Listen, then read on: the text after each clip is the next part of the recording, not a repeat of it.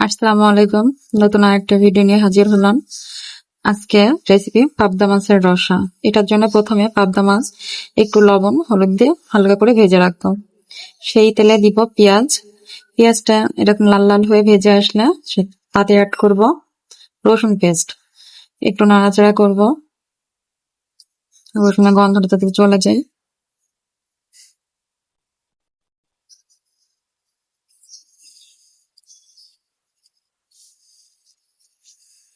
এটা দিব শুকনো মরিচের পেস্ট, অল্প একটু গরম পানি অ্যাড করব, না হলে মশলাগুলো লেগে যাবে এবং পুড়ে যাওয়ার সম্ভাবনা থাকে।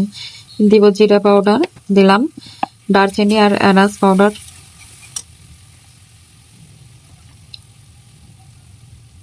দেবো একটু হলুদ,